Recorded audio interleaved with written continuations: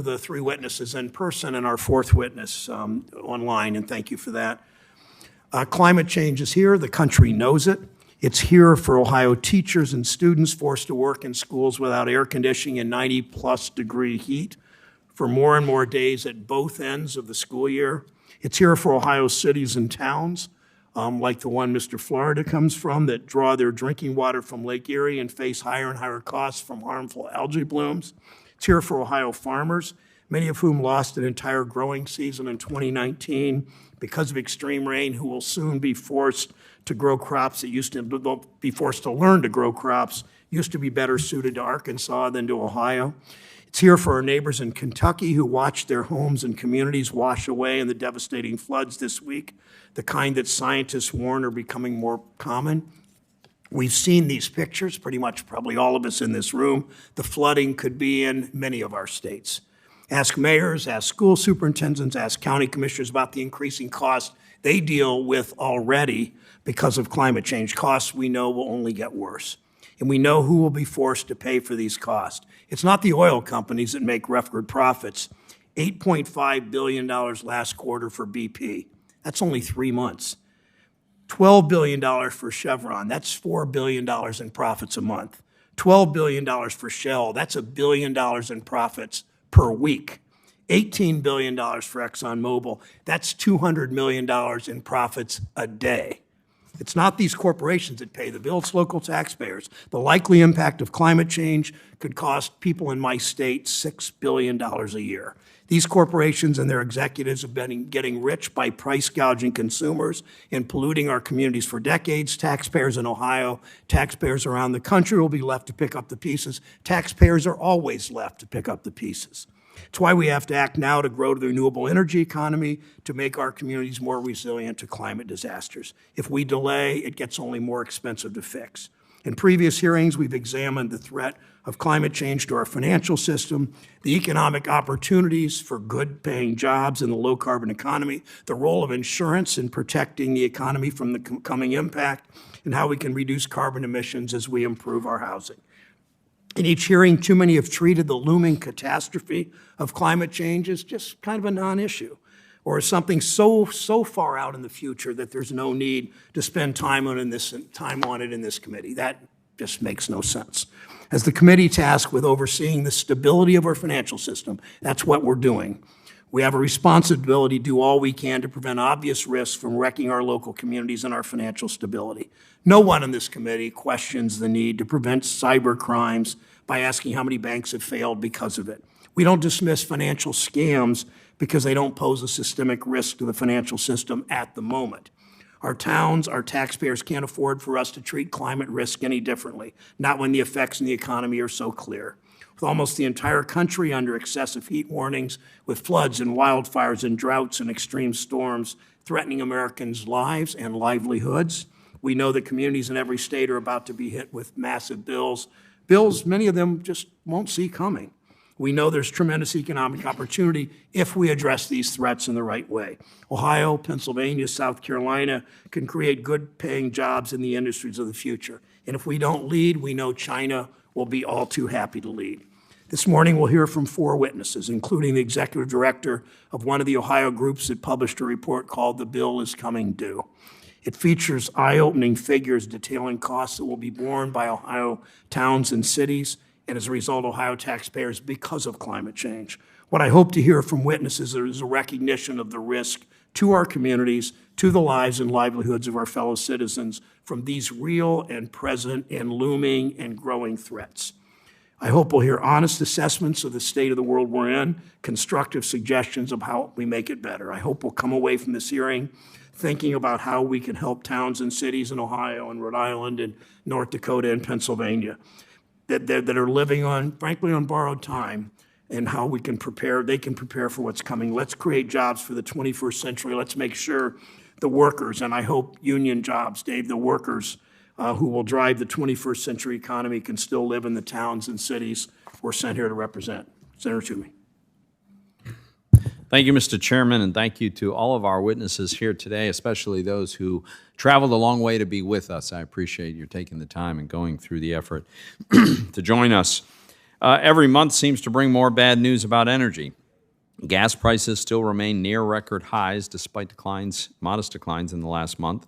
The CPI's energy index was up over 41% over the past year as of June. This includes gasoline, fuel oil, electricity, utilities. Meanwhile, prices are rising across the economy, and paychecks certainly are not keeping up. After adjusting for inflation, wages have declined 5% since President Biden took office. In fact, unless you got a 12% raise in the last 18 months, you've effectively gotten a pay cut. Working Americans are becoming poorer every day. And our Democratic colleagues' wasteful spending, coupled with over a decade of ultra-easy monetary policy, caused the 40-year high inflation and now the contraction in our economy. You know what's the last thing Americans need? Policies that are explicitly designed to reduce American energy production and therefore make the cost of energy even more expensive under the guise of addressing climate change. But that's exactly what the administration and many of my congressional allies have been doing. They've been eager to find any culprit other than themselves to explain the rising cost of energy. They've tried blaming supply chains, Vladimir Putin, and my personal favorite, corporate greed. How dare businesses be motivated by profit? My colleagues on the other side of the aisle really should be doing a little bit of self-reflection. But instead, they're trying to jam through a 700-page tax and spend bill that will throw fuel, presumably of the carbon-neutral kind, on this fire. $385 billion in corporate welfare for politically favored green energy, including $9 billion in generous subsidies for wealthy people to buy Teslas, $1 billion to fund electric garbage trucks and school buses, even though the infrastructure bill provided $5 billion for this purpose, $1.5 billion for state and local government tree planting, even though we sent state and local governments $500 billion in funding over the last 2 years while they were having record high tax revenue collections. Then there's $1 billion to install solar panels in government-assisted housing while we're in the middle of a housing affordability crisis. And how do our Democratic colleagues propose to pay for all these? By raising taxes by $326 billion on employers, with half of that burden falling on U.S. manufacturing companies, all of which will be passed on to workers, shareholders, and consumers in the form of still higher prices. This pay-for will exacerbate a recession that we're very likely already in. The massive tax and spending spree is really just the tip of the iceberg for the Biden administration's costly energy policy. Excuse me. In less than 2 years, they've halted the Keystone XL pipeline, erected onerous regulatory barriers to natural gas pipeline construction, mandated the highest ethanol blending requirement in the history of the renewable fuel standard, issued a moratorium on oil and gas drilling on federal lands and offshore, and nominated for critical federal positions individuals who are openly hostile to the oil and gas industry. In our committee's jurisdiction, the SEC has reached far outside its statutory authority to get in on the action. In March, the SEC proposed a rule that would require all public companies to report every GHG, greenhouse gas emissions, in their entire supply chain and among their customers, even though this data has nothing to do with a company's financial performance and is likely irrelevant to investors. In addition to hijacking the democratic process with its breathtaking scope, the SEC proposal would impose enormous costs on public companies. The SEC itself estimated that the compliance cost, the paperwork burden to these public companies will be an extra $6.4 billion annually for this rule alone. And that amount dwarfs the current annual compliance paperwork burden from all other SEC regulations combined, which is about $3.8 billion. Now, obviously, the cost of the policies I've described so far are quite high.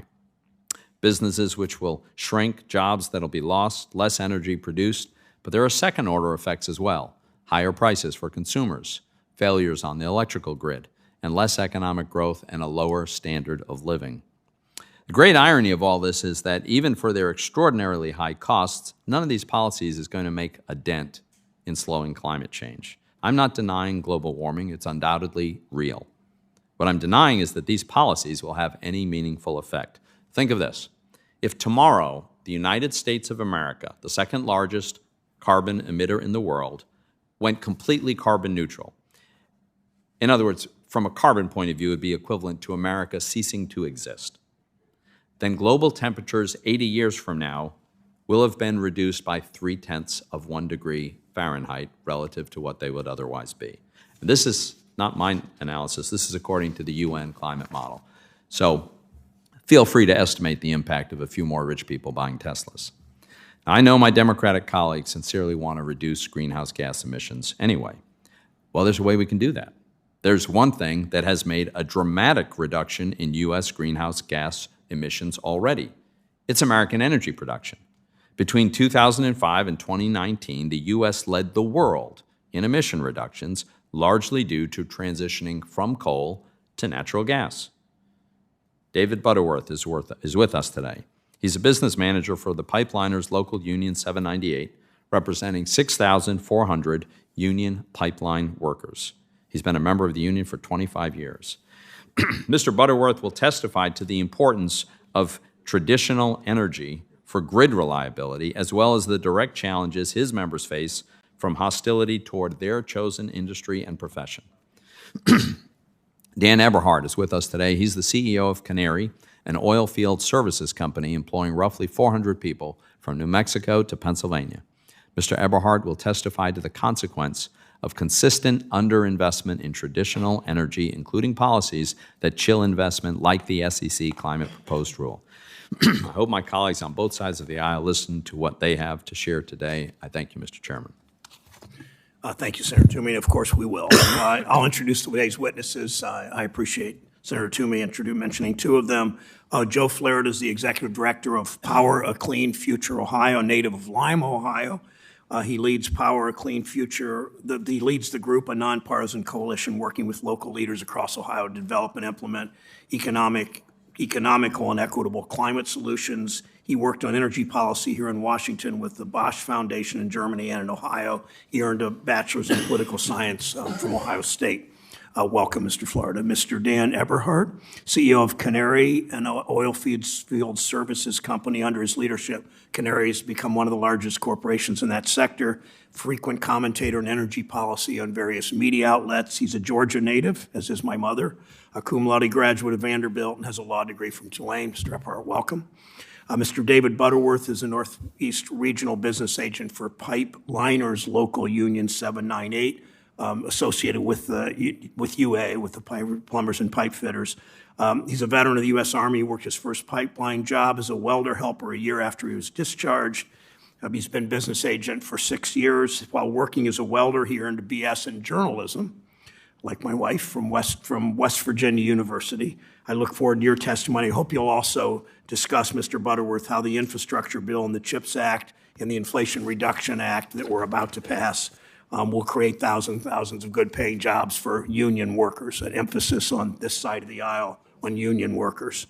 Dr. Shalina Vachala, the founder and CEO of Refocus Partners. She joins us remotely from the West Coast. She's the CEO of Refocus Partners, which develops sustainability solutions for municipal and private sector clients around the world. She was educated at Carnegie Mellon in the ranking member's home state, Western Pennsylvania. Before assuming her current role, has been a visiting professor of environmental policy at Johns Hopkins, and official in the Obama administration, the EPA, and the CEQ. Welcome, Dr. Vachala. Mr. Florida, you may proceed. Thank you for joining us. Chairman Brown, Ranking Member Toomey, and members of the committee, thank you for the opportunity to testify on this most pressing issue, the economic costs of climate change. My name is Joe Flahert, and I serve as the Executive Director of Power a Clean Future Ohio. In a moment, I'll share more about our work and our incredible partners in Ohio, but I want to start today with two brief observations on the topic. First, I want to recognize that climate change is not a math problem, and the impacts we will face as human beings are far more complex than we can put into simple economic or financial terms. The most vulnerable in communities in my home state of Ohio and around the world will experience the most harm on the shortest timeline as a result of severe climate impacts. Health consequences already impacting vulnerable populations will get worse. Access to clean air, clean water, and healthy green space will become more scarce. And despite the false narrative we hear often, stable, good-paying jobs for workers will be sacrificed if we ignore the environmental challenges in front of us. Secondly, year in and year out, local governments are burdened with the most challenging public problems we face. They are the eyes that see these problems first, the voices that raise the alarm when we reach a tipping point, and the hands that are asked to implement the solutions we identify. Today, I am here to lift up Ohio's local elected leaders and their tireless staff that are indeed raising the alarm on the financial costs of climate change. They both see these costs coming and in some cases are experiencing them now. In the face of a complex challenge, and one way to wrap our heads around it is to look at the numbers and determine how much it will cost us to act and how much it will cost us to do nothing. My main point today is that we cannot afford not to act. We must act now. Power Clean Future Ohio was launched in February 2020 by an incredible group of policy experts, advocates, and local government leaders. We built this organization to do one thing: provide direct support to Ohio's local governments to help them identify and adopt clean energy solutions. We support them in pursuing carbon reduction plans in big ways and small ways. We have learned that the right solution is the one that works best for that community, be it economically, environmentally, culturally, or even, yes, politically. Power Clean Future Ohio, the Ohio Environmental Council, and our technical partner, Soda Analysis, recently issued a report titled, "The Bill is Coming Due: Calculating the Financial Costs of Climate Change to Ohio's Local Governments." This report assessed key climate impacts for local governments in Ohio. For just 10 of these impacts, we estimate that local governments in the state of Ohio will need to increase municipal spending between $1.8 billion and $5.9 billion per year by mid-century. For context, a $5.9 billion increase would equate to an 82% increase over 2019 local government spending levels for environment and housing programs in Ohio. Not one of the local governments Power Clean Future Ohio works with knows how they will pay for these increased costs, whether they are on the low end or the high end. There are the traditional approaches of increased taxes, bonds, and government grants, all financed by taxpayers. Alternatively, cities, states, and the federal government could hold accountable the corporations that caused this problem to start with. So what are the specifics of these costs? By 2050, Ohio cities could see spending increases of over $2.2 billion to contend with harmful algal blooms and drinking water treatment, $1.7 billion to elevate roads that will be flooded due to change in precipitation and severe storms, $1 billion for road repair due to damage as a result of increased freeze-thaw cycles, and $590 million to establish and operate new cooling centers during the summer months. Our analysis provides a conservative estimate of additional costs that municipalities can expect. We know in most cases, these costs are already starting to accumulate and will steadily increase until they reach their mid-century targets. The monetized amounts in our report represent only 10 of the 50 different impacts identified. Had we accounted for all 50 impacts or additional impacts beyond that, the total increase in annual spending by municipal governments due to climate change is certainly higher. While this report seems to be full of bad news, all hope is not lost. While we are very likely to incur considerable costs due to climate change, the worst of this crisis can be averted. Local governments are leading the way in transitioning to clean energy. They are adopting carbon reduction goals and putting into place bold climate action plans. But they need your support. My recommendation to Congress is to, 1, elevate this issue in every aspect of what you do, and 2, further invest in local governments. There is no doubt that the costs and impacts we face are daunting. But I firmly believe that if we can do it locally, we can solve it globally. Thank you for the opportunity, and I look forward to your questions. Thank you, Mr. Flahert. Mr. Eberhard, you're recognized for 5 minutes. Thank you for joining us. Chairman Brown, Ranking Member Toomey, and members of the committee, thank you for inviting me to testify today on the economic cost of climate change. Climate change is one of the most significant issues of our time, and I'm proud of the continuing role of the energy sector in reducing the carbon intensity of the energy Americans rely on every day to power their communities and their lives. As CEO of Canary, one of the largest privately held oilfield service companies in the United States, I'm very familiar with the positive impact business can have on communities, providing good-paying jobs and benefits to the hundreds of workers who are proud to call us their employer. We have about 400 employees currently. These are folks who proudly come to work every day, committed to building our reputation of trust, quality service, and commitment to excellence, as well as safety. Today, however, we are increasingly challenged by the mountains of red tape imposed by regulators, both local and federal, which has disproportionately impacted our industry, which is already one of the most heavily regulated in the country. As CEO, I also understand the important role of business in addressing the environmental impacts of energy production and helping to mitigate climate change. Canary is already required to operate in a manner that protects the environment and human health, both of which are responsibilities we take very seriously. We are one of the nation's most innovative industries, with billions of dollars invested industry-wide in research and development, in improving our efficiency, and in trying to mitigate our impact on the climate, to develop technologies that allow us to produce the abundant and affordable energy that Americans have come to depend on every day. I firmly believe the oil and gas industry can be our nation's most formidable ally in the fight against climate change. This view may be controversial, but we are what can provide the transition to a cleaner and brighter future. But to do so, we need the government as a partner, not as an adversary in this process. That is why I'm concerned that the U.S. Securities and Exchange Commission's proposal mandating public companies report their emissions and exposure to climate risk is a major move in the wrong direction.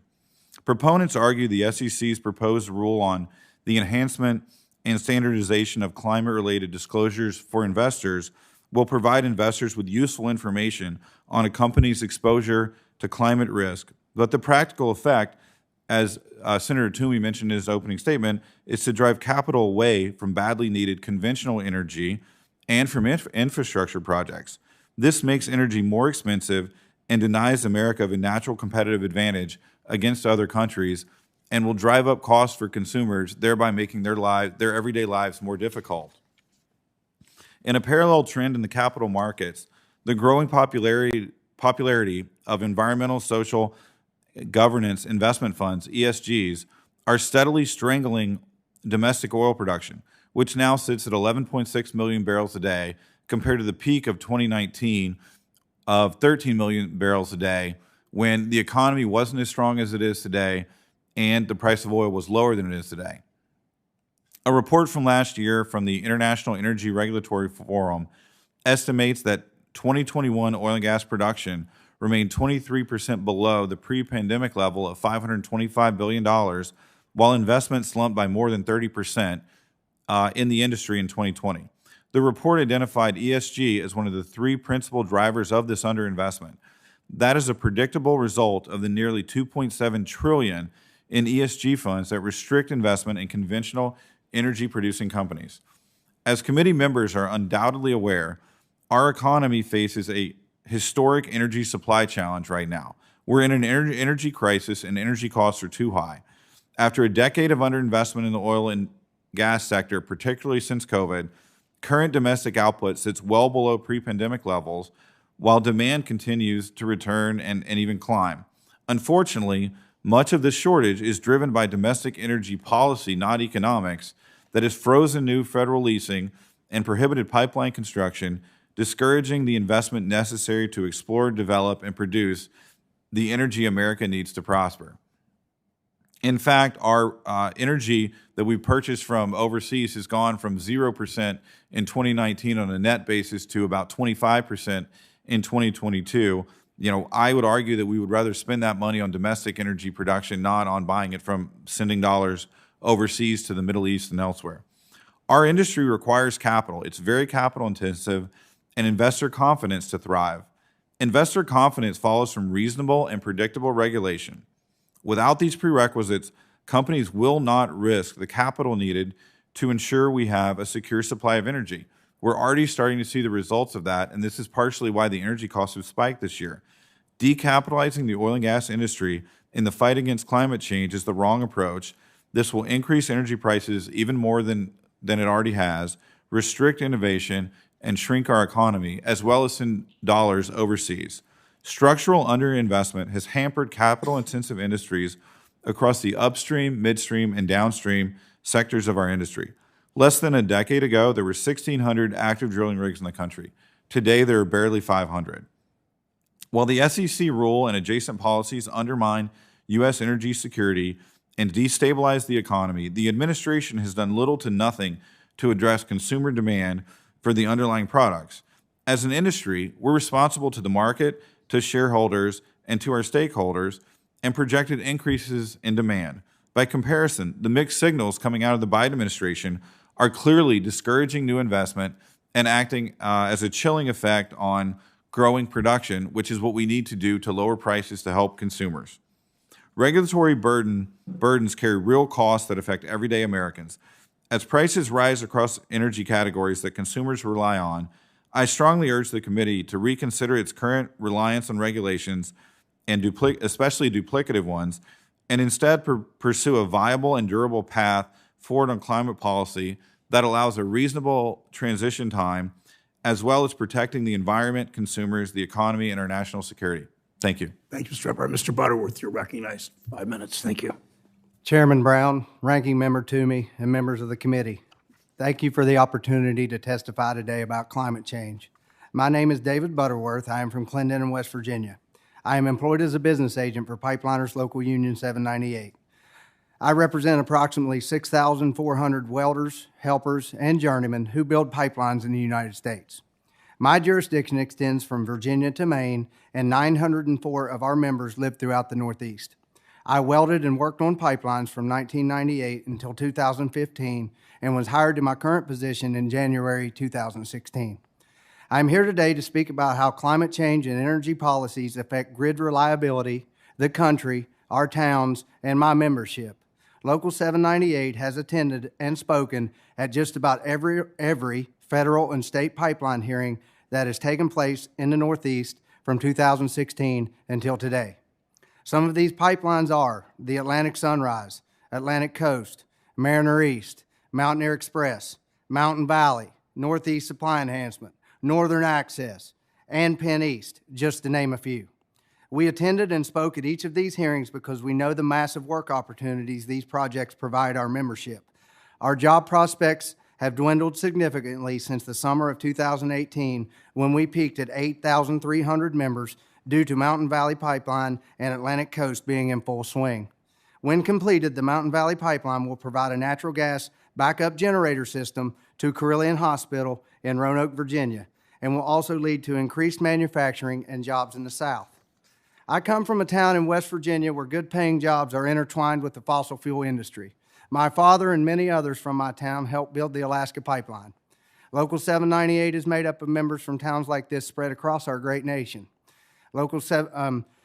Towns like Mifflintown, Pennsylvania, Olive Hill, Kentucky, Bald Knob, Arkansas, Oak Grove, Louisiana, and Durant, Oklahoma are towns you probably never heard of, but if you traveled to them, you stand a good chance of meeting a pipeliner.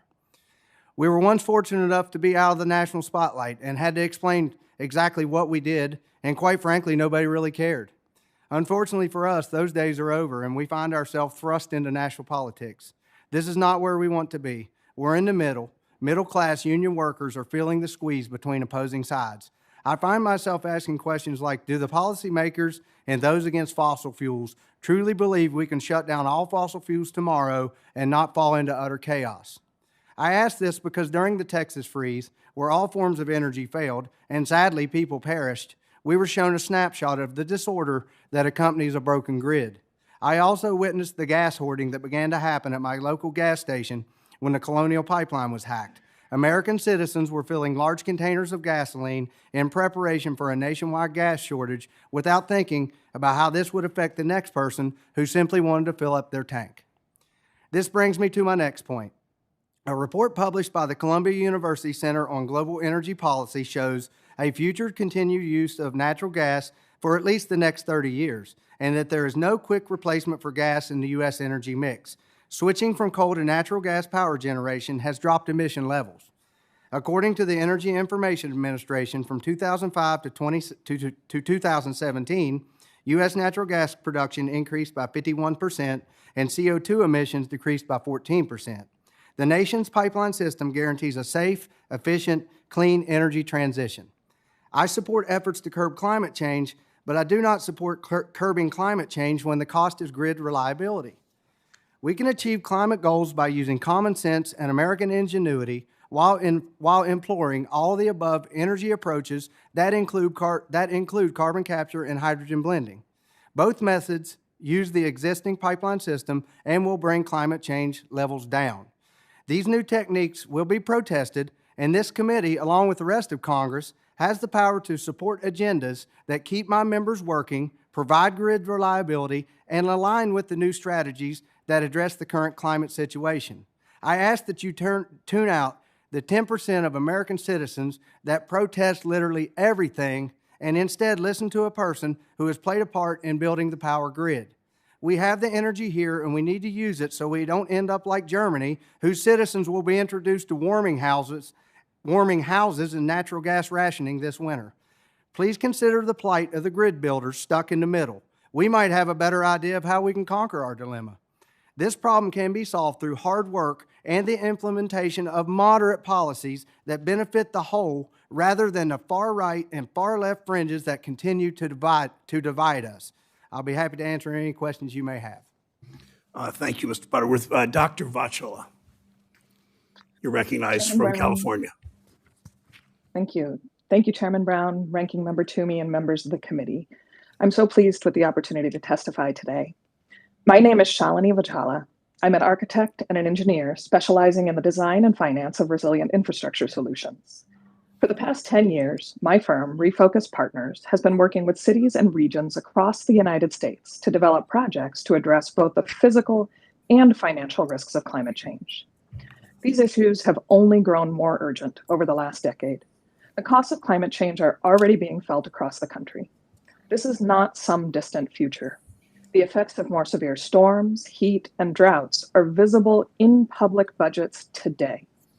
Climate change will impact all parts of our economy, but counterintuitively, the cost of most climate-related events are site-specific, not economy-wide. A hurricane or a wildfire doesn't hit the whole country at once.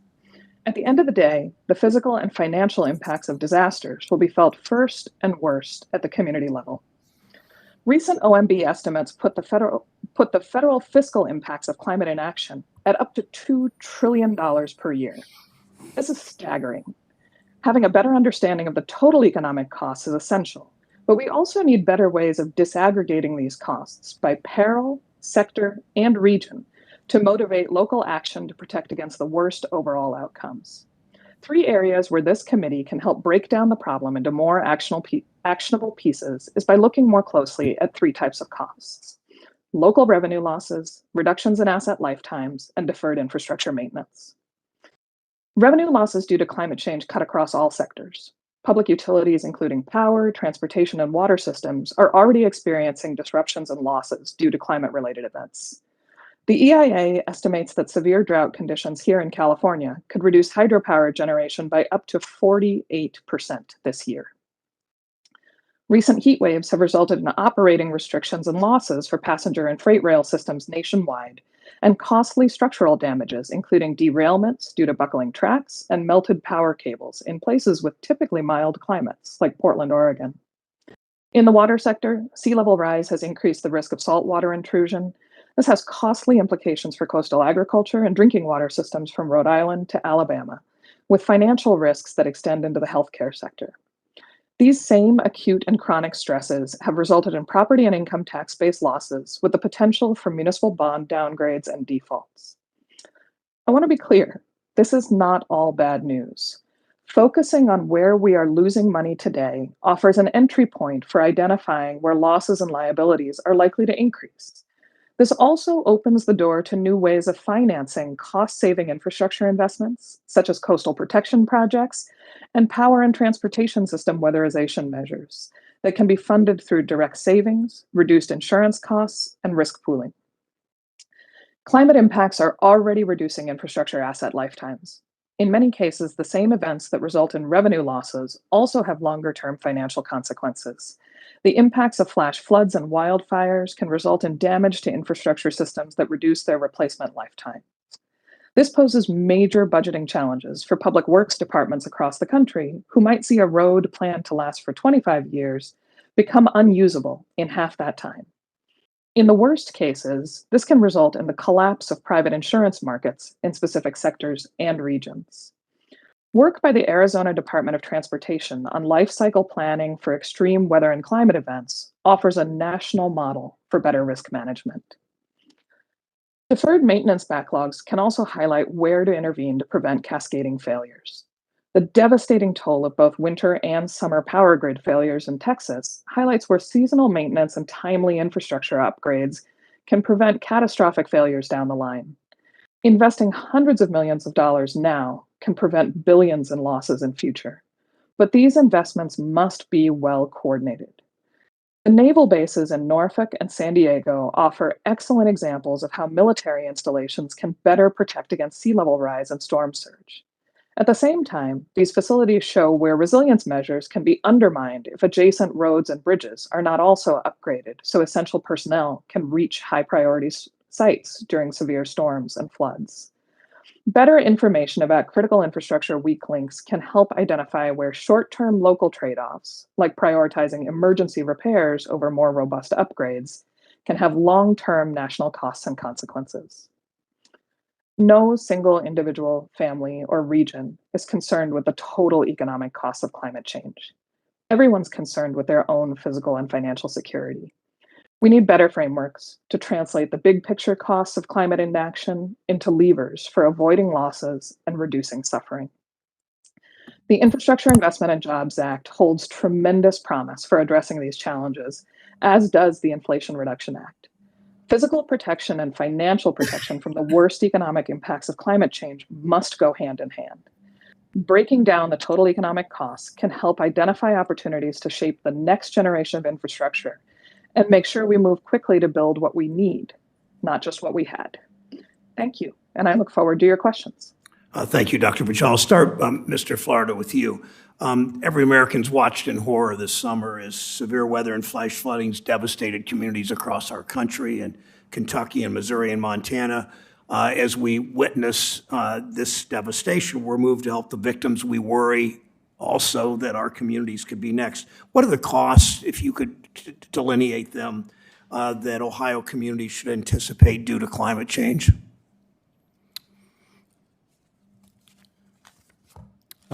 Chairman Brown, the costs that we estimate in our report are very conservative. I want to start with that. And just note here that what we're seeing is anywhere between a $1.8 billion and a $5.9 billion estimate by 2050, and that's on an annual basis. The biggest share of that in those 10 impacts that we identified is drinking water treatment and treatment for harmful algal blooms. We also see significant investment to elevate roads due to increased precipitation and flooding. But there's also costs outside of that are not recognized in just the numbers. These are lives lost. These are days missed of school for children because we're having severe heat events. Dr. Buchal, listening to what Mr. Flahert has said about one state, a large state, but one state only, would you expect similar costs for communities across the country? I know you work both in the U.S. and internationally. Would you expect similar kinds of problems and costs in communities that you work with and serve? Absolutely. We're seeing many of the same challenges, roads being washed away, water systems being degraded, and the costs are worst in places where infrastructure has been least well maintained. So the places that are furthest behind in being able to keep up their infrastructure are also the ones that are likely to suffer most. And give me a couple of examples. Yeah, I think deferred maintenance of water systems in Michigan, for example, we've seen the case of Flint in places where water systems are overbuilt. It's incredibly costly for local governments to maintain these systems, to keep pressure, and to absorb the costs of climate impacts in places where they're essentially overburdened with their current infrastructure and don't have the budget and the resources to replace with something that's more appropriate for their current needs. So this is true also in the South. So those communities that already struggle with their budgets, that already are not able to keep up with costs, communities that generally have a weaker or a lesser tax base are the ones that are hit the hardest and in a sense will maybe perhaps never catch up. Mr. Flahert, back to you. When local budgets are strained, communities have a few options. They can cut essential services like police and fire, or they can raise taxes, or obviously in some cases do both. Share some examples of how local governments in Ohio are already seeing climate change affect their budgets, if you would. Well, I think one notable example that we've seen in Cincinnati, Ohio, is the Columbia Parkway Hillside Project. I was in Cincinnati last week and spoke with Mayor Aftab Purival, which was really enlightening and illuminating to see as Cincinnati has experienced a 137% increase in rainfall in recent years. Cincinnati is a hilly city, and as a result, this is destabilizing roads and destabilizing hills, and so they've had to invest $18 million in this project, which was taken out of their operating budget. And Mayor Purival said, out of the blue, an $18 million investment, and for cities our size, $18 million is a massive hit to our operating budget, and they had to take money out of a police station of District 5 they were planning to spend on that station and put it towards the Hillside Stabilization Project. So I think it's a perfect example of essential city services that they had to redirect to account for the damage due to climate change. And that's Ohio's third largest city and the hilliest of the three, but certainly the others face those kinds of problems. Back to you, Dr. Vichala. Your testimony highlighted issues with, and to answer your first question, with legacy infrastructure. How does taking action to reduce the costs of climate change also help us at how these communities address historic inequities in infrastructure investment?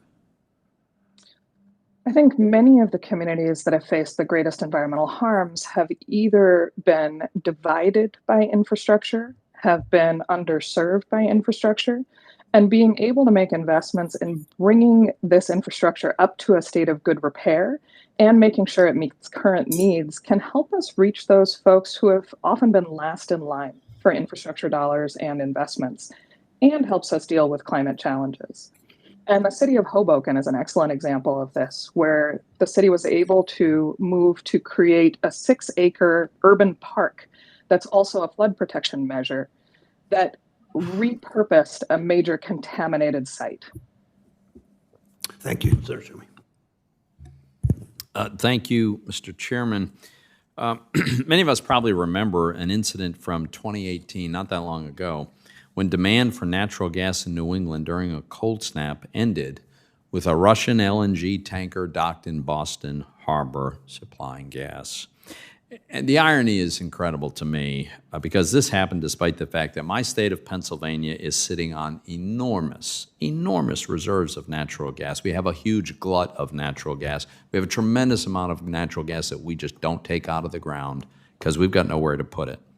The U.S. is now the world's leading LNG supporter as of this year, but we haven't been able to complete a single pipeline to take this huge glut of gas we have in Pennsylvania and bring it to New England. And we can't because New York and New Jersey won't let us build the pipelines. My understanding is the last new interstate pipeline completed from Pennsylvania into New York was in 2011. The Marcellus shale boom had barely begun. So let me start with Mr. Butterworth. Does it make any sense at all to you that we leave gas in the ground in Pennsylvania instead of piping it to New England, and as a result, New England occasionally has to buy large quantities from countries like Russia? Does that make any sense to you? The Constitution Pipeline was supposed to take gas from Pennsylvania to the New England states. When I got this job in 2016, we were meeting with contractors to pre-job the Constitution. It got scrapped. Also, I go to public hearings where I've been to public hearings in New York, in Buffalo, where a lady got up there and said, "We don't want your Pennsylvania frack gas." That's the type of stuff we're dealing with. I mean, it's just not, it's also the Nessie, which was going to take 1.8 million people off of heating oil in Brooklyn. We know heating oil is worse emitter than natural gas, but it never got through because they said AOC sent a rep there that said that you approve this project, the city will be underwater in 10 years. Just to address the obvious, if it were possible to build these pipelines, among other things, would it likely result in more work for your members? Heck yes. Heck, yes. Mr. Eberhard, I'm not sure if you have any expertise to share with us on this particular question, but in case you do, it's my understanding that American energy extraction, oil and gas extraction, is generally held to a much higher standard of environmental quality than many other places in the world, including Russia. So substituting Russian gas for American gas, or probably gas from other places, not only accomplishes nothing in terms of reducing gas consumption, but it's actually worse for the economy because it's a lower standard. Is that your understanding? Yeah, I can speak to this, Senator. So I'll tell you that the only country remotely close to us in terms of specifications for drilling onshore would be Canada. No one else is even close in terms of OPEC, the Middle East, Russia, Africa, Asia, to the environmental standards we have. So in terms of the condition we leave the ground in after completion of the job site, in terms of how much carbon is emitted during the drilling process, in terms of the natural gas from Russia or the Middle East or wherever is going to have to be transported. So there's carbon emitted and it being transported, when it's obviously much more efficient if it's transported via pipeline. So the conclusion is that harvesting the gas in America and transporting it inside America is vastly better for the environment because our standards are higher and the carbon emitted during the transportation is much, much lower. So to me, it's a no-brainer if you're concerned about the carbon emitted during the drilling process or the transportation. Thank you. Let me go back to Mr. Butterworth. There's a popular notion among some that the job losses from traditional energy projects like Keystone Pipeline or other pipelines, they'll be made up for with good, clean energy jobs. Case in point, at the White House press conference this past January, John Kerry famously said that laid-off pipeline workers, quote, can be the people who go to work to make the solar panels, end quote. So I wonder, what do you think about that? Can your guys who can't find work making pipelines because we can't approve pipelines, can they just pack up and make solar panels? Every welder who comes to a pipeline project has to take a destructive test. These are highly skilled jobs that take years to develop those skills. I just don't know, and like I say, I'm an all of the above guy, but I do not know where the skill would be in building solar, and I don't think you can compare them on the skill level. Not that easily transferable. No, I don't think so. And I've never been contacted by anybody wanting to put my folks on these types of jobs. You've never gotten a job offer from a solar panel company? No, I haven't. I see. Thank you. Thank you. Senator Reed of Rhode Island is recognized. Well, thank you very much, and interesting testimony. I've got some personal observations about green energy and jobs. Rhode Island is the first state in the country to have offshore wind farms. The labor unions were involved in that process from the very beginning. In fact, just 5 turbines, a very small project off Block Island, created 300 jobs. The administration estimates that there'll be nearly 80,000 similar jobs, and they do involve welding and sheet metal work and all of traditional trades. Indeed, Ørsted, one of the biggest wind developers in the Northeast, has already signed a PLA, that's the project labor agreement, with the building trade union for all its future wind farms. So alternate energy is not the end of good paying union jobs, it's the beginning. And it also satisfies the demands of climate change. There's been a lot of discussion here about the shift by the market from coal to natural gas is wonderful. That feeling I don't think is shared by the United Mine Workers. So let's be realistic. We have to deal with this climate change issue, and we have to deal with good, solid jobs, and we can do both if we determine to do that, rather than just being rhetorical about all of this. Dr. Valshala, how would the economic benefits of the SEC's climate disclosure rule outweigh any costs? Could you answer that, please? Yeah, I think what you're hearing from me and a number of the witnesses is the importance of investing in the infrastructure and the jobs that provide the connective tissue to keep our economy strong and resilient in the face of risk. I think the SEC's requirements, particularly on risk management and strategy, offer us a window into being able to see where these risks have implications for cascading failures outside of a single business, and where public investments can help strengthen the economy. Is the premise for those who object to this rule that most companies or all companies, public companies, don't have any material risk of climate change? How accurate would that assumption be? I don't personally believe that that is an accurate assumption. I believe that information in this case, well used, could be tremendously valuable. And should be made available to investors, both shareholders and bondholders? Correct. Climate impacts will impact shareholders. Thank you. You mentioned coastal property values, and I represent the ocean state, so we are acutely sensitive to this issue.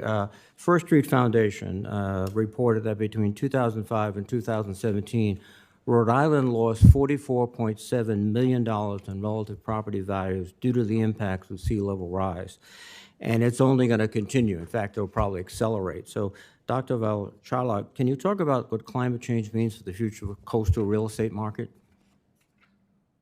Yeah, I think this is an enormous problem, Senator, and it's one where there aren't obvious or good solutions, and we need better information about where we can help communities protect themselves, where we can take measures to ensure that there are smooth transitions for areas that are at the greatest risk, and to make sure that we don't leave people behind. Many people, especially older homeowners, their majority of their wealth is locked up in their homes.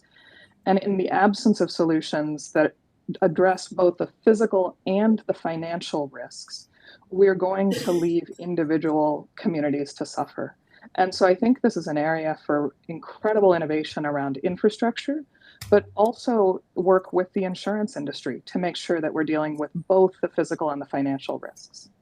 And once again, for major insurance companies that have extensive coverage of oceanfront properties, this financial risk is obvious right now and should be acknowledged and disclosed by the companies. Would that be appropriate? It should. Thank you. Thank you very much, Mr. Chairman. Thank you, Senator Reed. Senator Kramer from North Dakota is recognized. Thank you, Chairman Brown. Thank you, Ranking Member Toomey. Thanks to all of our witnesses.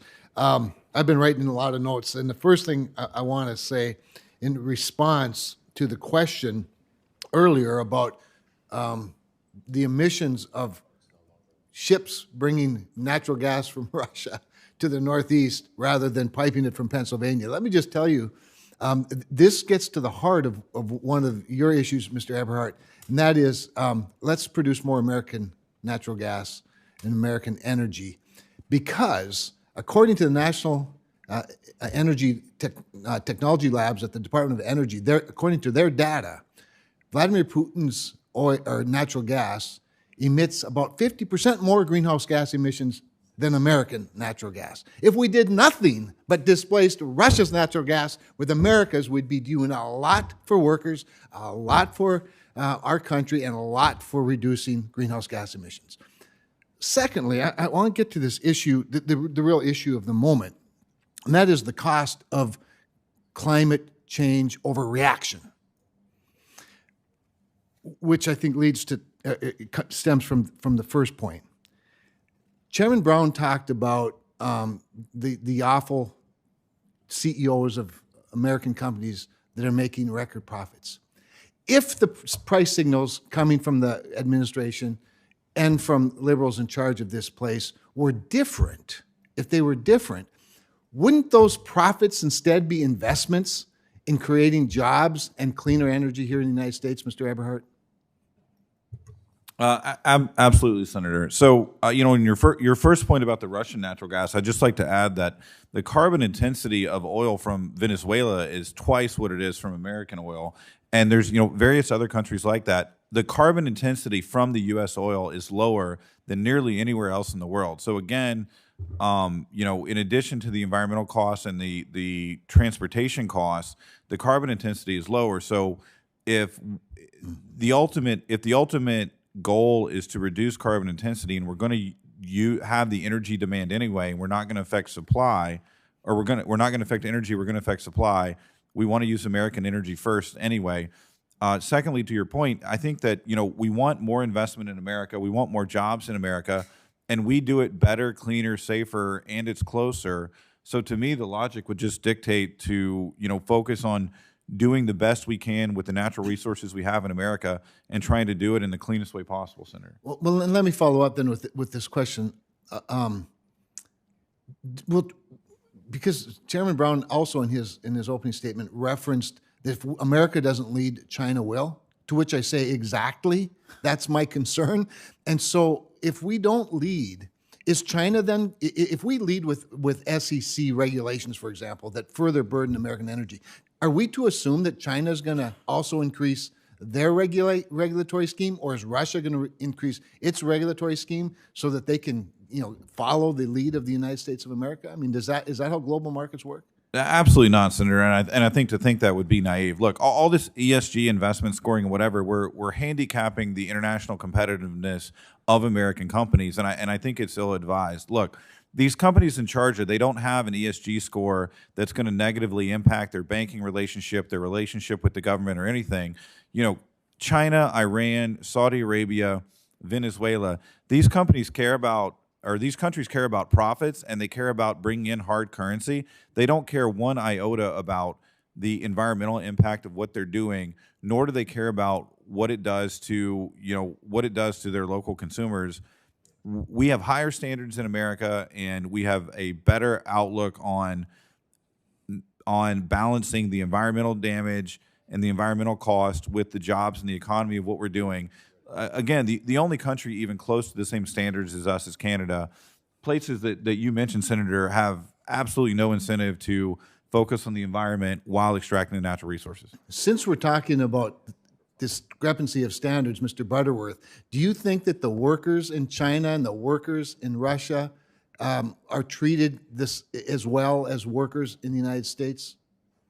I'd have to look at their agreement. That's a joke.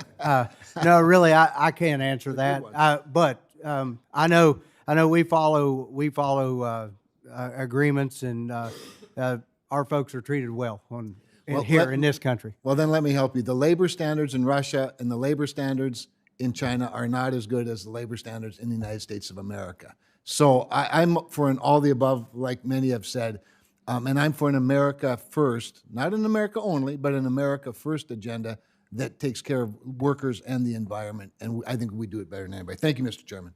Thanks, Senator Kramer. Thank you for taking notes from my opening statement. It's a whole new concept. Senator Menendez from New Jersey is recognized. Thank you, Mr. Chairman.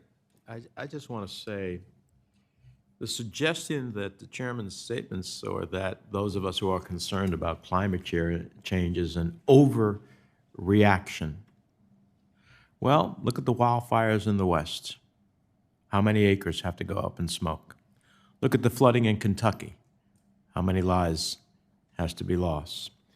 Look at the droughts in the Midwest, where farmers are producing a fraction of the crop that they would normally produce. Our colleague, Senator Tester, was talking about how on his farm, he can't produce as much as he used to because of climate change. Look at the cattle ranchers who are selling their cattle prematurely because they don't even know if they can keep them alive. And look at the Northeasters that we get on the East Coast. And I could go on and on. These are tectonic shifts that are affecting our very lives and livelihood. And that's an overreaction? I think Mother Nature is not overreacting. She's sending us a message. Flooding is one of the most expensive and most frequent natural disasters in the United States, and climate change is only going to intensify these events. And it's critical that our communities are prepared for the challenges that lie ahead. In New Jersey, we're leveraging federal resources from community development block grants to build state-of-the-art resilient infrastructure like Hoboken's Rebuild by Design. This $230 million mitigation initiative, which I helped secure funding for, will help alleviate repetitive flooding and protect against damage from storm surges. And for every dollar we invest in mitigation, the federal government saves $6 in disaster relief spending. So, Dr. Vashala, shouldn't the federal government be investing more in innovative, large-scale flood resilience projects like the Rebuild by Design and in general on mitigation to reduce damages for the costly disaster aid that subsequently comes forth? Absolutely, Senator. I think the costs of inaction far outweigh the costs of any overreaction. And the Hoboken example is an excellent one. The work in Hoboken to reinforce the coast, the water system, and build public infrastructure like beautiful new parks is also going to protect the local hospital that was under many feet of water after Hurricane Sandy. And so I think we are failing to make the connections to where the positive benefits spread through the rest of society in reducing costs in the healthcare system, for example. Well, I appreciate that. 6-to-1, I'd be willing to make investments in anything that gives me a 6-to-1 rate of return. And that's what mitigation does. That's why I introduced the bipartisan NFIP REACT, which supercharges billions of dollars for pre-disaster mitigation and resilience in the nation's most flood-prone areas. And I hope we can get to that, because that's going to not only save us money and save lives, it's also going to create a lot of jobs along the way. I've long been a vocal advocate for mass transit in my home state of New Jersey and across the country, and I'm proud of the work the committee's done under the leadership of Chairman Brown to advance federal investments in our transit systems, including the historic bipartisan infrastructure bill signed into law last year. And as a former mayor, I've seen firsthand the transformational effect that access to transit can have on a community. But transit impacts go beyond just economics. The fact is, every transit dollar we spend is also, in my view, a climate dollar. Mr. Flahert, what role do you see transit playing in our communities as we decarbonize our economy?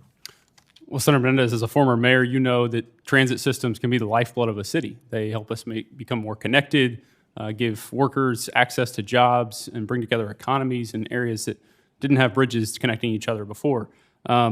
As we work with Ohio communities, one of the key recommendations we have is to invest in mass transit. As you know, mass transit, as you said, every investment we make there is a climate dollar. Every dollar we invest there is a climate dollar. Mass transit is a far less carbon-intensive way of transportation than single occupancy vehicles. And as we also know, transportation is now the largest emitter of greenhouse gases, the largest economic sector emitting greenhouse gas emissions in the United States. Yeah. So taking off from that, how will creating more livable, walkable communities help not only to lower greenhouse gas emissions and promote sustainability, but also reduce costs for consumers and promote affordability? This is the essence of something I call the Livable Communities Act, where we try to look at both the housing needs that exist. We had a hearing the other day in our country, and at the same time create the linkages to existing infrastructure on transit and that create access to jobs. What's your view on that? One of the key areas we work with Ohio communities on is to make their communities more livable and walkable, and this means central planning, as you discussed. It helps ensure that we're preserving public health and have access to green space. It is a critical piece of our sustainability future. But I think I want to point to your example on reducing costs, because I think this is a really important one, and one that you all are considering with the Inflation Reduction Act. The technology and the economics have now aligned, where we have opportunity to invest in technologies that will reduce our emissions and save us money, save consumers money. But this is not as easy as it sounds.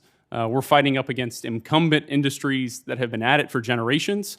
And in order to do that, we have to make sure that they have that barrier to entry lowered and that they can get into the market. And so I think this is a really important point that you all are investing in and encourage that. Thank you. Thank you, Mr. Chairman. Thanks a minute. Senator Warren from Massachusetts is recognized. Thank you, Mr. Chairman. So with the Inflation Reduction Act, Democrats have announced an historic down payment in the fight against the climate crisis. This bill will cut our carbon emissions by 40% in just 8 years. It's also going to cut both the immediate and long-term costs of energy, create American jobs, raise American wages, and most importantly, save American lives. Today, I want to talk about how the Inflation Reduction Act would tackle two of the major costs that fossil fuels inflict on American families and on the federal budget. First, the cost of public health, and second, the cost of natural disasters. So let me start with the public health costs. Burning fossil fuels pollutes our air, with low-income communities and communities of color being hit the hardest. And one of the biggest causes of emissions from diesel is from diesel vehicles like buses and trains. Mr. Flahert, you are an expert on climate and environmental issues, so let me ask you, if these vehicles, buses and trains, ran on electricity rather than fossil fuels, what impact would that have on public health? Senator Warren, one of the major benefits of transitioning to electric vehicles is the simple fact that they have zero tailpipe emissions. So every day we have cars, trucks, buses driving up and down our streets, driving through our neighborhoods, taking our kids back and forth to school, and they're emitting pollutants every time they drive on our roads. And I think one important point, which a recent assessment showed, and I can happy to submit this for the committee, is that as a result of transitioning that entire fleet, if we were to take our entire bus fleet, our entire railroad fleet, and transition it to electric drive motors, we would see 4,200 fewer deaths annually, many of which are from children and elderly who are especially susceptible to ambient air pollution. Wow, so 4,200 deaths, and presumably a lot of people who just wouldn't get as sick, right? Correct. But don't die from this. Thank you. You know, this is the reason that Congressman Levin and I introduced the Build Green Act and Buy Green Act to purchase American-made electric vehicles and clean energy products for federal, state, and local use and for export. Now, fortunately, parts of our bill were included in the infrastructure bill and now in the Inflation Reduction Act, which puts $4 billion toward electrifying our federal fleet as well as school and transit buses. This is going to help with public health and help reduce public health costs and advance environmental justice by ensuring that our most vulnerable Americans are breathing cleaner air. In fact, estimates suggest that the IRA will result in as many as 3,900 fewer premature deaths due to pollution in 2030.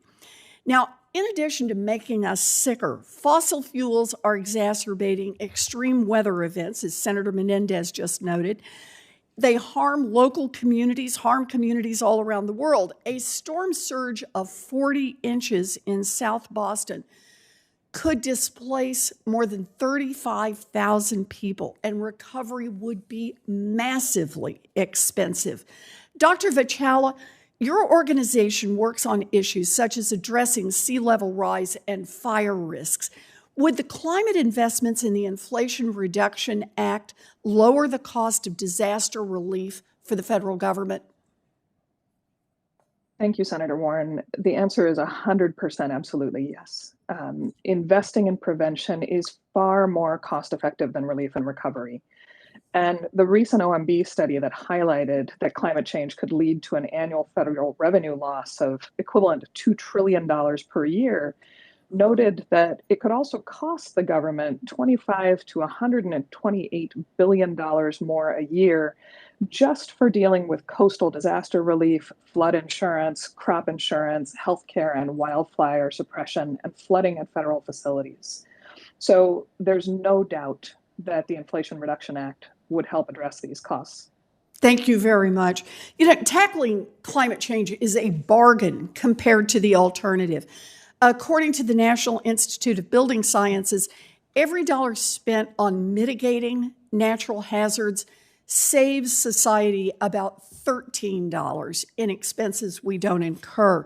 The Inflation Reduction Act will help us avoid the costs in both dollars and in lives.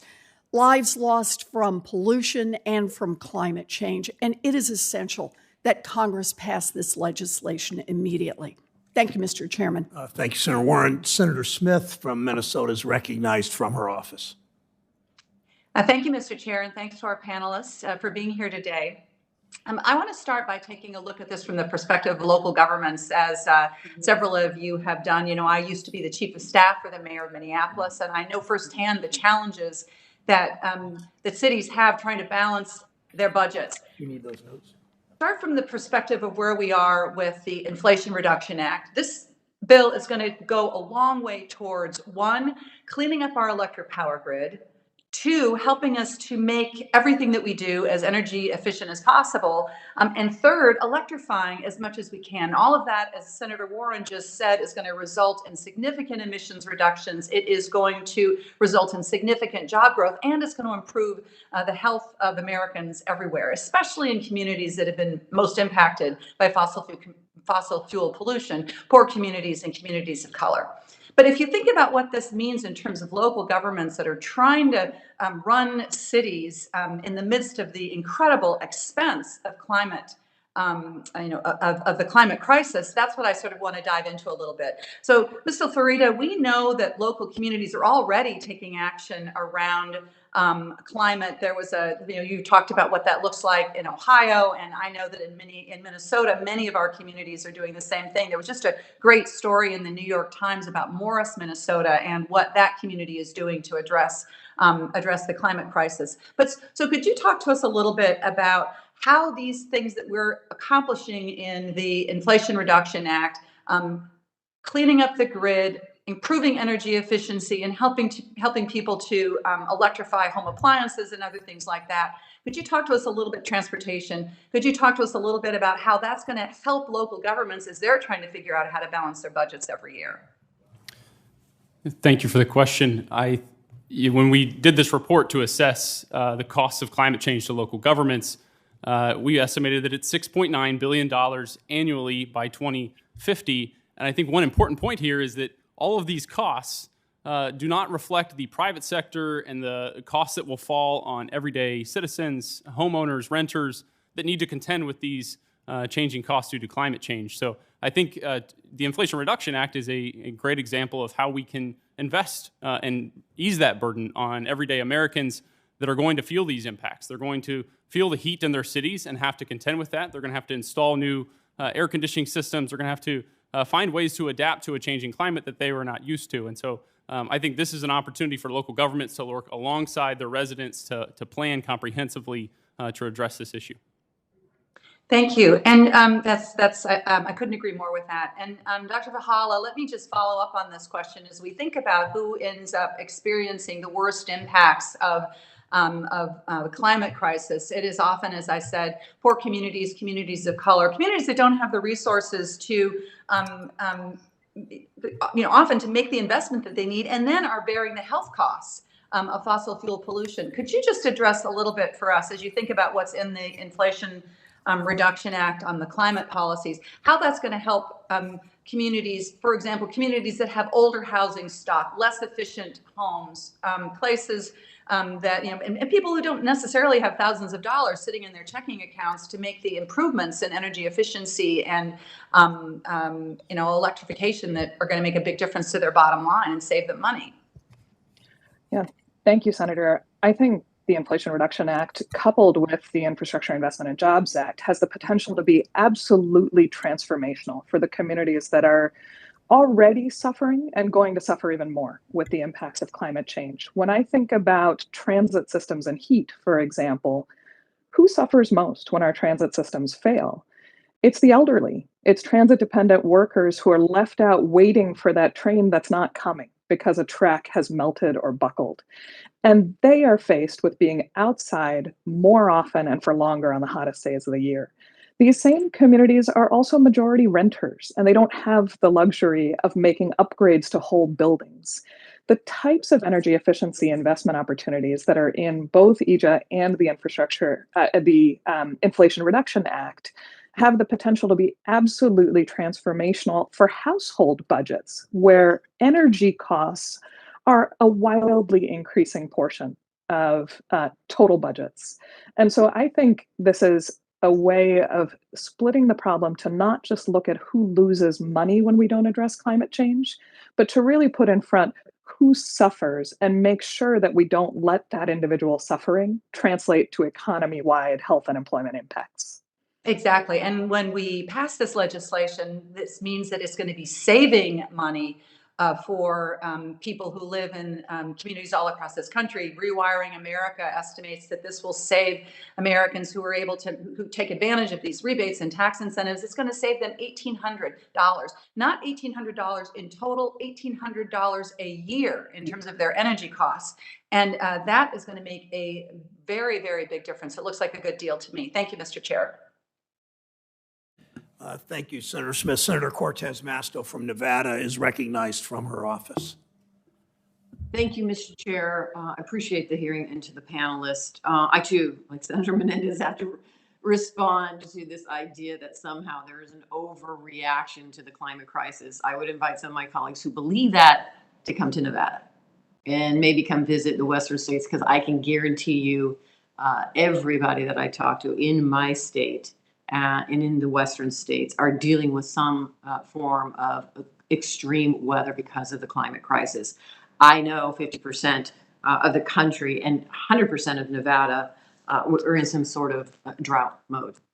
We have a historic declaration that was made by the Bureau of Reclamation along the Colorado River restricting water usage to Nevada and Arizona. And please know, 90% of the water comes off the Colorado River is drinking water for folks in southern Nevada, where a majority of the population is. So you just have to come visit the Western states and understand that people take this very seriously, and we should too.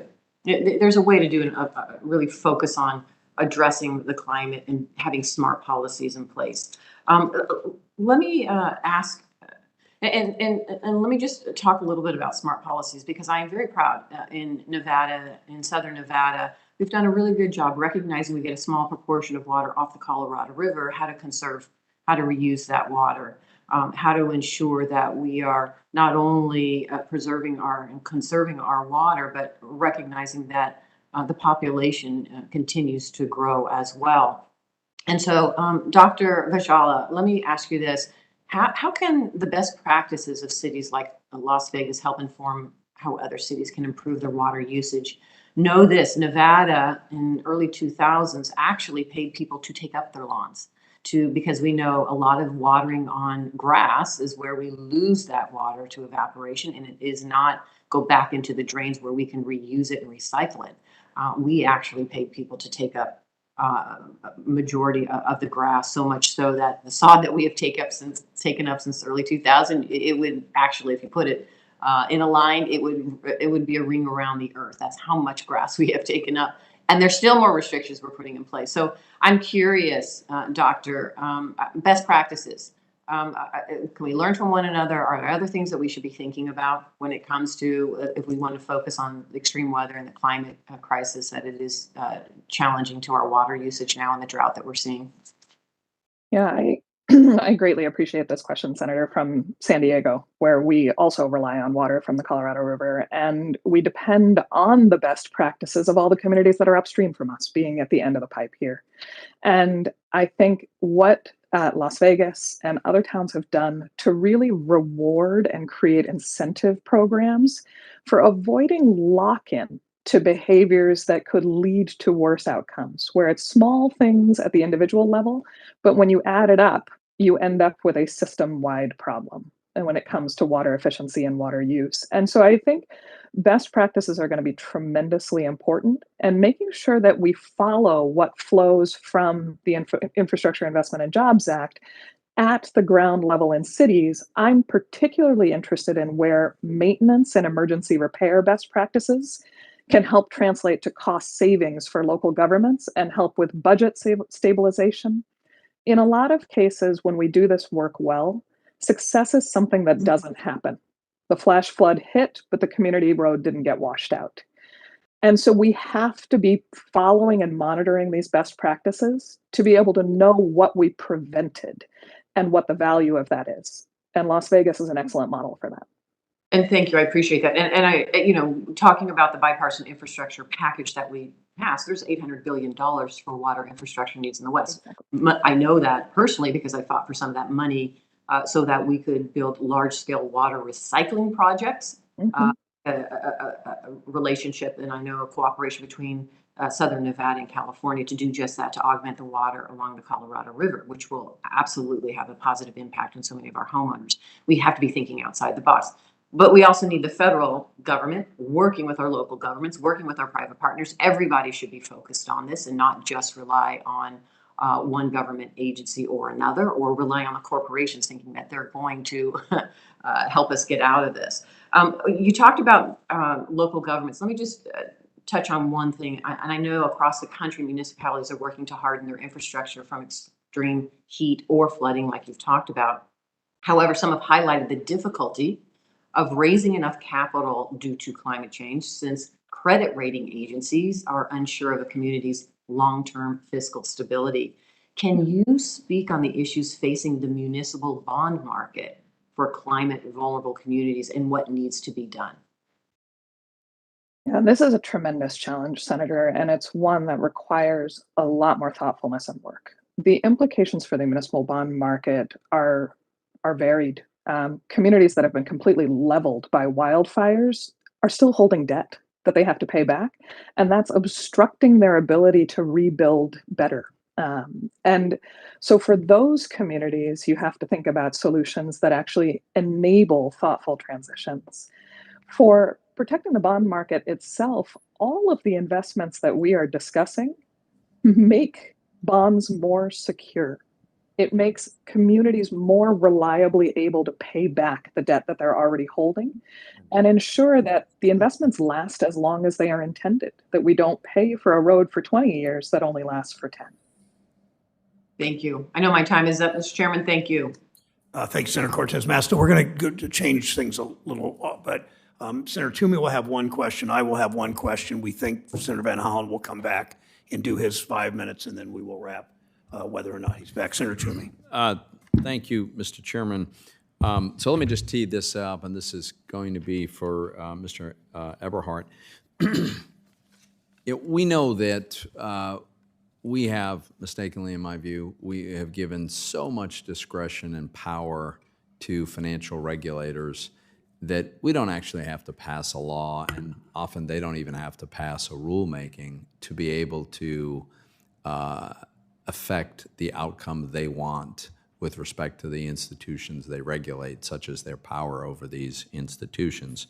So, Mr. Eberhard, I wonder if you would comment on whether or not, and if so, to what extent you have seen a decline in the availability of credit, in specifically capital in general, for the oil services, for exploration and development of oil and gas, and if there is a decline in the availability and access to capital for these purposes for whatever reason, from whatever sources, has that contributed to the decline in energy production that you referenced during your opening comments? Has that contributed to higher prices for consumers? If you could share your thoughts on that, I'd appreciate it. Sure. So I have kind of a couple different points. First of all, in speaking about Canary specifically, I would say that since the Biden administration has come into office, there's been a chilling effect on access to capital for us as an oilfield service company. So folks that we've had long-term relationships with have said, look, and these are big banks that people would know,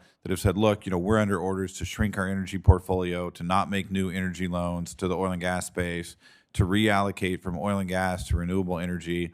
I would say that's a theme, not something I've heard once, something I've heard probably 4 times. So that's on Canary specifically.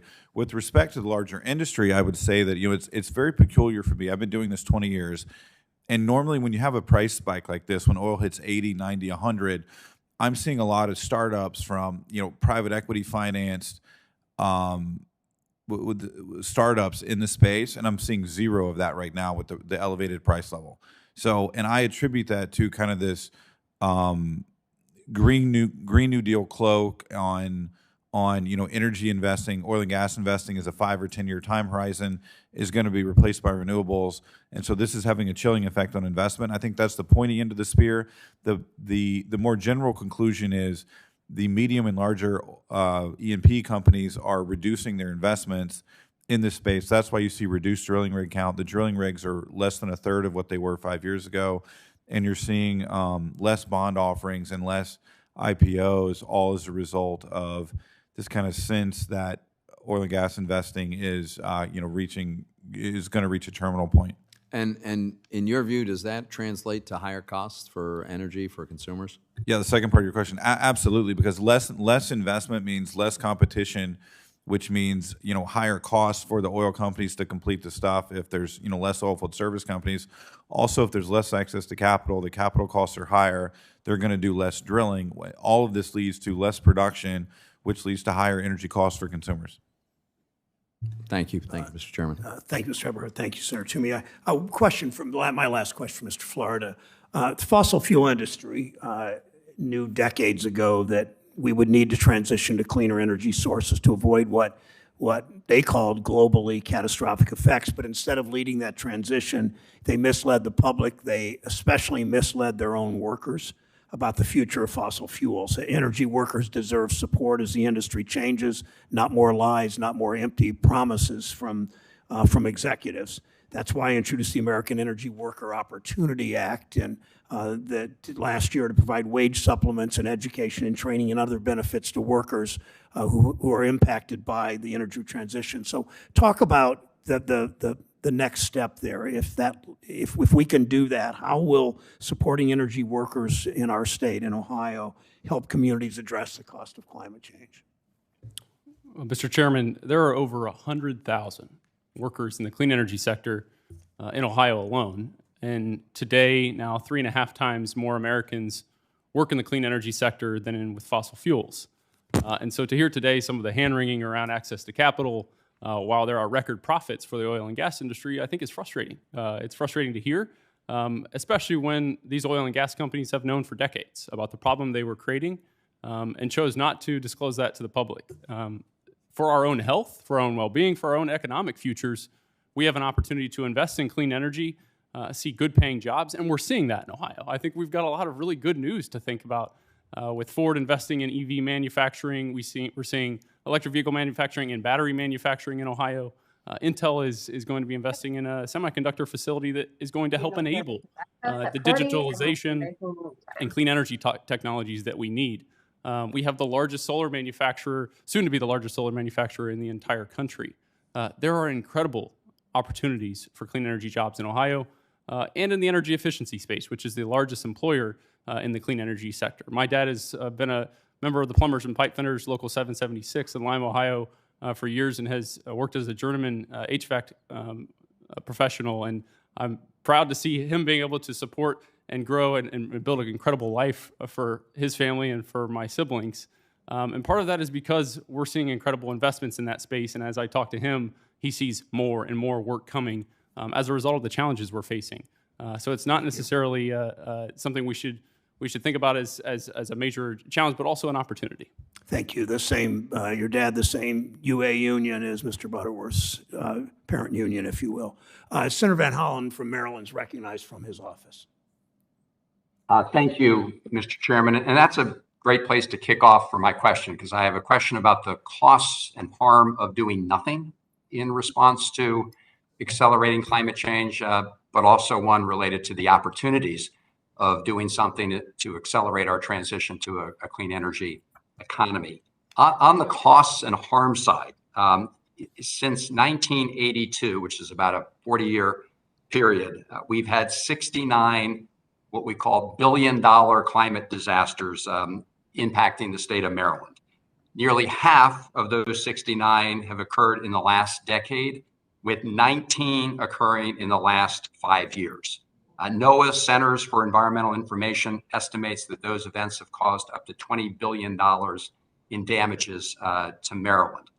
Mr. Florida, are these estimates consistent with the kind of impacts you're seeing in other parts of the country, including the acceleration of these impacts? And what would you say with respect to the likelihood of these costs increasing in an accelerating way in the years to come?